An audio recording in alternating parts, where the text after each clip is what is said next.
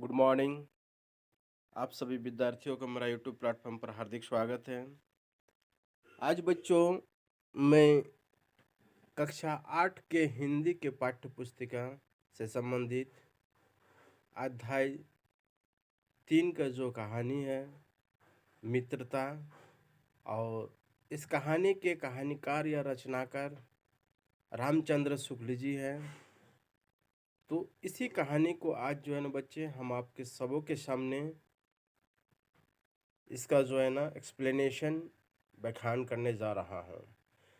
जब कोई युवा पुरुष घर से बाहर निकलकर बाहरी संसार में अपनी स्थिति जमाता है, तब पहली कठिनता उसे मित्र चुनने में पड़ती है।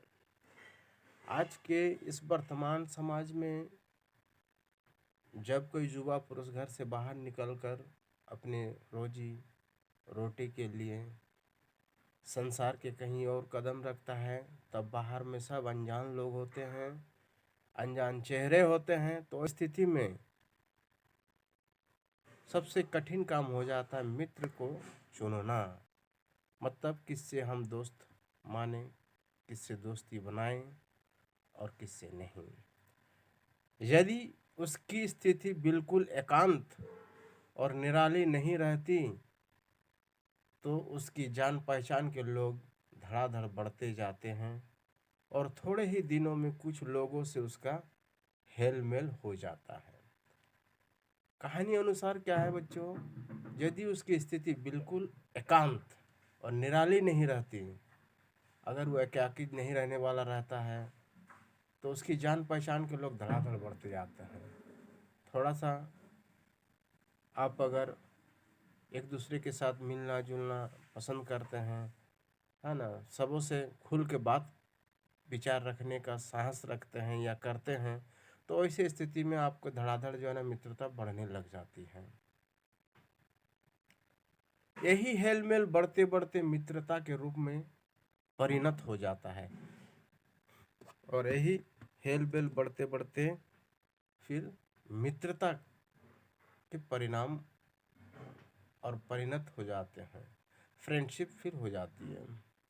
मित्र के चुनाव की उपयुक्तता पर उसके जीवन की सफलता निर्भर हो जाती है। सही मायने में किसी भी व्यक्ति के जीवन में मित्र का एक अभिन्न हिस्सा होता है। अगर हम सही मित्र का चयन कर लेते हैं तो हमारा जीवन स्वर्ग हो जाता है, और अगर गलत मित्र का चयन हमारे द्वारा हो जाता है तो हम नरक के पथ पर चले जाते हैं। तो इसीलिए मित्रता करने में जल्दबाजी नहीं करनी चाहिए, काफ़ी जांच परख करके मित्रता करनी चाहिए। आज के वर्तमान समाज स्वार्थ की भावना रखते हुए आपसे मित्रता या दोस्ती करता है, इस बात का ध्यान रखा जाए। निस्वार्थ होकर के जो आपसे मित्रता का संबंध बनाए, उन्हीं से आप भी मित्रता के लिए आगे हाथ बढ़ाएं।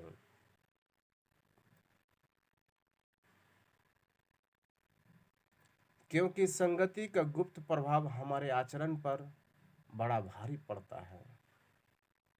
क्योंकि जैसा हमारा संगत होगा वैसा ही हमारा मनोविचार होगा, हमारा वैसे ही सारे क्रियाकलाप होने लगेंगे। तो इसीलिए बच्चे टीनेजर्स को ज़्यादातर विशेष ध्यान रखना पड़ता है अपने मित्रता का चुनाव करने में। हम लोग ऐसे समय में समाज में प्रवेश करके अपना कार्य आरंभ करते हैं जबकि हमारा चित्त कोमल और हर तरह का संस्कार ग्रहण करने योग्य रहता है। हमारा समाज हम इस कदर प्रवेश करते हैं जब हमारा मन, हमारा चित्त, हमारा आत्मा कोमल रहता है और हर तरह के संस्कार ग्रहण करने योग्य रहता है। हमारे भाव अपरिमार्जित और हमारी प्रवृत्ति अपरिपक्व रहती है। और विशेषकर छोटे बच्चों में या टीनेजर्स में क्या होता है, माइंड की मैच्योरिटी, बुद्धि की परिपक्वता उतनी नहीं रहती है, जिस कारण से कभी कभी लोग झांसे में आकर करके गलत लोगों से मित्रता बना लेते हैं और उनके शिकार हो जाते हैं और उसके दुष्परिणाम बड़ा ही भयावह सामने नज़र आती है। तो इसीलिए मित्रता करने में हमेशा सावधान रहें। हम लोग कच्ची मिट्टी की मूर्ति के समान रहते हैं, जिसे जो जिस रूप में चाहे उस रूप में ढाले, चाहे राक्षस बनाए चाहे देवता। मैंने पहले ही बताया, अगर आपके मित्र अच्छे होंगे तो आप देव स्वरूप पूजे जाएंगे, अगर आपके मित्र खराब रहेंगे तो आप दानव स्वरूप संसार के लिए बन बैठेंगे। हम लोगों का कच्चा मन, कोमल चित्त मन एक मिट्टी की मूर्ति के समान रहता है, और कच्चा मिट्टी को बच्चों आप जिस रूप में ढलना चाहे वो उसी रूप में ढल जाता है। जब मिट्टी कच्ची रहती है तो एक कुम्हार जो ना उसे घड़ा का रूप, घाघरा का रूप या फिर अन्य कई तरह के गमला का रूप, बहुत तरह के रूप कच्चे मिट्टी रहने के बावजूद ही उसे दे पाना संभव है। तो इसीलिए बच्चों, ये जो अपरिपक्व आयु है इसमें सावधानी हमें पल पल लेनी पड़ती है।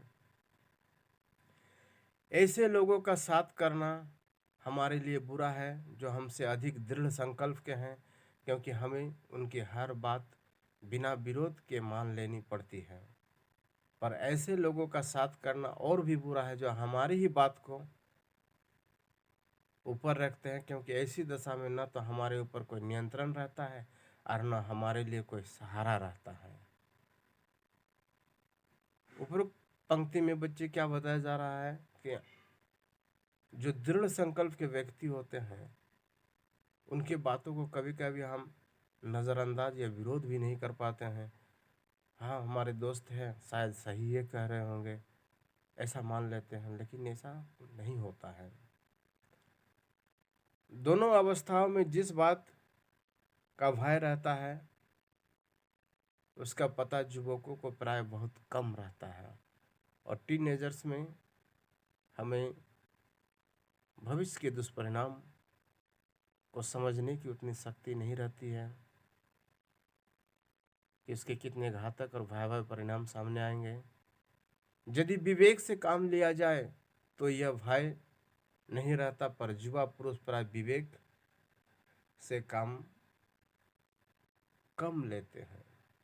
लेकिन जिस समय बच्चे टीनेजर्स रहते हैं, यंग एजर्स रहते हैं, तो उस समय उनके माइंड की मैच्योरिटी उतनी नहीं रहती है, अपरिपक्व रहते हैं, जिस कारण से स्वविवेक का निर्णय कर सेल्फ डिसीजन पावर बहुत कम होती है, जिस कारण से वे गलत लोगों से मित्रता या संबंध कर बैठता है।